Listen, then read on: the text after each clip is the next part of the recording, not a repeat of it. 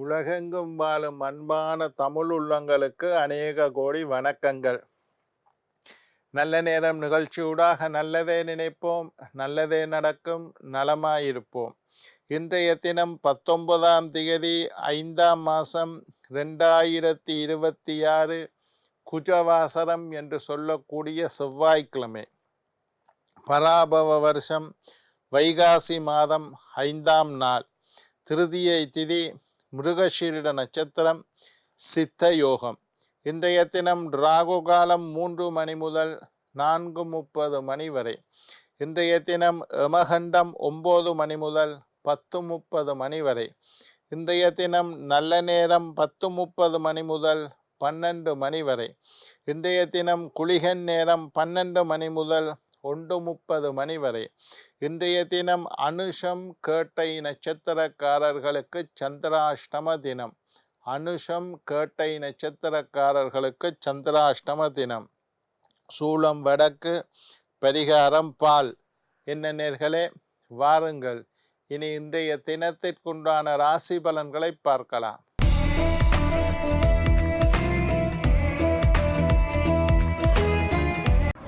மேஷம் இன்பம், ரிஷபம் சுபம், மிதுனம் ஆக்கம், கடகம் தேர்ச்சி, சிம்மம் நலம், கன்னி நன்மை, துலாம் நற்செய்தி, விருச்சிகம் போட்டி, தனுசு பொறுமை, மகரம் இன்சொல், கும்பம் லாபம், மீனம் பாராட்டு. ஆன்மீக தகவல் பகுதியில் தொடர்ந்து உங்களை சந்தித்து வருவதில் மட்டற்ற மகிழ்ச்சி அடைகின்றேன்.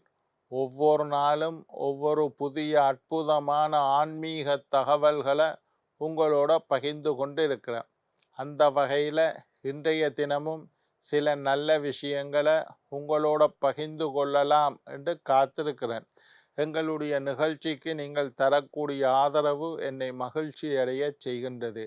எங்களுடைய நிகழ்ச்சி சம்பந்தமாக ஆன்மீகம், வாஸ்து, ஜோதிடம் சம்பந்தமாக ஏதாவது கேள்விகள் இருப்பின் சக்தி டிவி நல்ல நேரம் நிகழ்ச்சி தயாரிப்பாளர் கீழ்கண்ட முகவரிக்கு கடிதம் மூலம் என்னை தொடர்பு கொண்டால் தொடர்ந்து வரக்கூடிய நிகழ்ச்சிகளில் தகுந்த கேள்விகளுக்குண்டான பதில்களை தொகுத்து தர காத்திருக்கின்றேன்.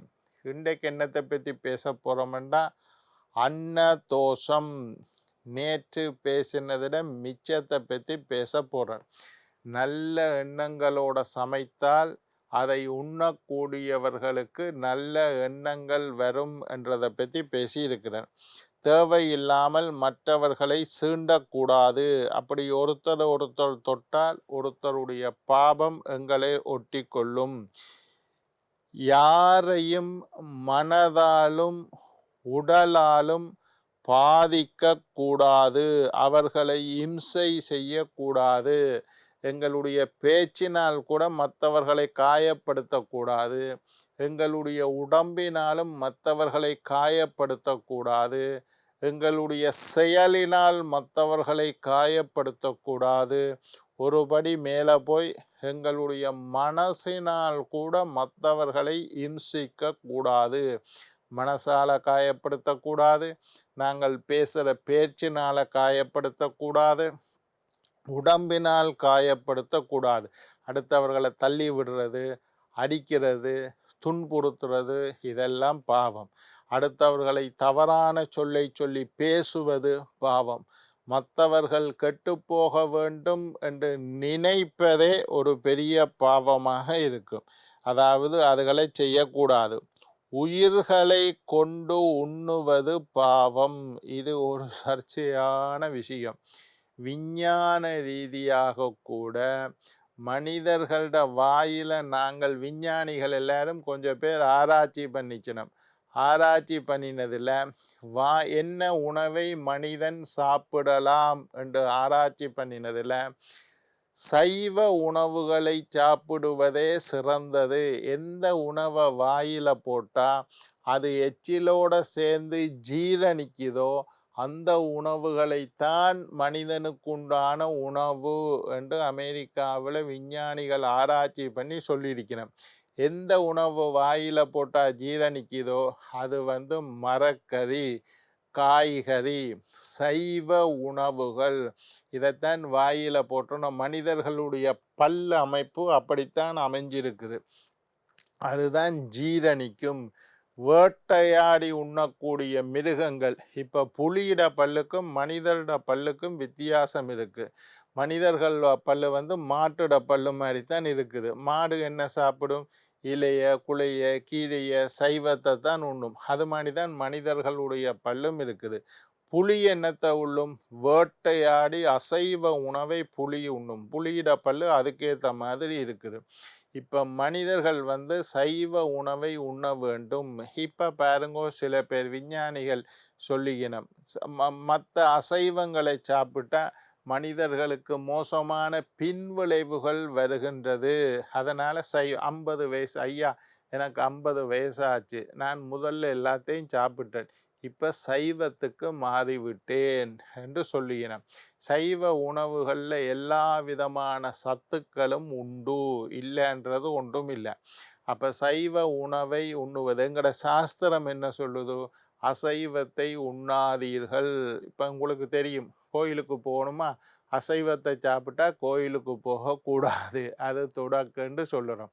அது உங்களுக்கு தெரியும். சரி, ஏதோ அசைவத்தை உண்டுட்டாலும் கூட ஒரு பக்குவம் வந்த பிறகு, எனக்கு 50 வயசு ஆயிட்டையா, இவ்வளவு நாளும் சாப்பிட்டேன், இவ்வளவு நாளும் நான் எனக்காக வாழ்ந்து விட்டேன், இனி நான் ஆன்மீக வாழ்க்கை வாழப் போகின்றேன், 50 வயசுக்கு பிறகாவது அசைவ உணவுகளை விட்டு விடுங்கள். சரி, இந்த அசைவம் சாப்பிட்றத பற்றி சாஸ்திரத்தில் என்ன சொல்லப்பட்டிருக்குன்னு பார்க்குறோம். முதலாவது, ஒரு உயிரை போக்க அனுமதி செய்தவனுக்கு முதலாவது பாவம். ஒரு உயிரை போக்க அனுமதி தந்தவனுக்கு முதலாவது பாவம். ஒரு கோழியை கொண்டே வெட்டி சம என்று ஒருத்தன் சொன்னானா இருந்தால் முதல் பாவம். இது நான் சொல்லல, சாஸ்திரங்களில் சொல்லப்பட்டதை உங்களுக்கு சொல்லுறேன். 8 பேருக்கு பாவம். அசைவம் உண்டால், ஒரு அசைவ உணவை உண்டால் அது 8 பேருக்கு அந்த பாவம் வருது. அதில் முதலாவது பாவம் யாருக்கு? ஒரு உயிரை கொல்லுவதற்கு, உயிரை போக்க அனுமதி தந்தவனுக்கு முதலாவது பாவம். 2வது, உயிரை போக்குகின்றவனுக்கு 2வது பாவம். ஒரு கோழி யார் வெட்டுறானோ அவனுக்கு 2வது பாவம். 3வது, அதை துண்டு துண்டாக வெட்டுபவனுக்கு 3வது பாவம் சேருது. 4வது, அதை விற்பவனுக்கு 4வதாக பாவம் அமைகிறது. 5வது, அதை வாங்குபவன், யார் விற்கிறானோ அவனுக்கும் பாவம், யார் வாங்குறானோ அவனுக்கு பாவம். 5வது, அதை வாங்குபவனுக்கு 5வது பாவம். 6வது பாவம், அதை சமைப்பவனுக்கு 6வது பாவம், சமைக்கிறவனுக்கு பாவம். அதை பரிமாறுகின்றவனுக்கு 7வது பாவம். 7வதா அதை பரிமாறக்கூடியவனுக்கு பாவம். 8வதாதான் அதை சாப்பிடுகின்றவனுக்கு 8வது பாவம்.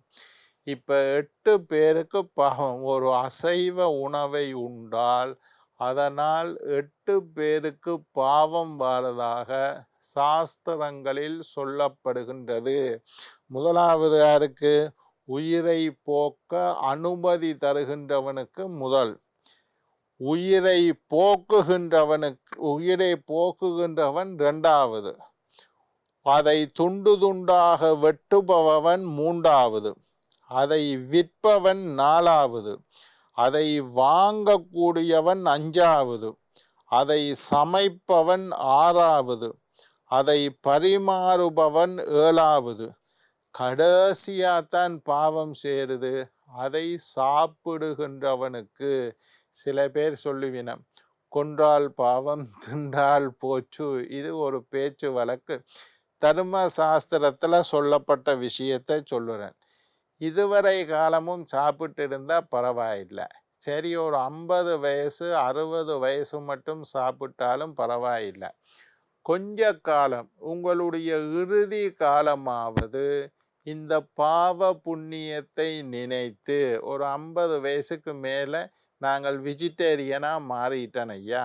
சில பேர் சொல்லிவிடுறேன், நான் இவ்வளவு நாளும் சாப்பிட்டேன் ஐயா, இப்போ நான் சாப்பிட்றதில்ல, இப்போ நான் கோயில் குலத்தோட ஒரு 50 வயசு மட்டும் உங்களுக்காக வாழ்ந்து விட்டீர்கள், கோபப்பட்டீங்கள், காமம், கோபம், குரோதம், லோபம், மதம், மாச்சரியம், ஆணவம், கண்மம், மாயை, இந்த உலகத்தில் உள்ளதெல்லாம் மாயை, எல்லாம் உண்மை என்று நம்பி வாழ்ந்துட்டேன்.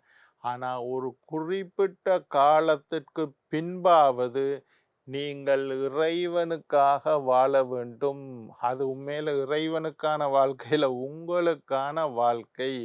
ஒரு குறிப்பிட்ட காலத்திற்கு பிறகாவது நீங்கள் ஆன்மீகத்தில் ஈடுபட வேண்டும்.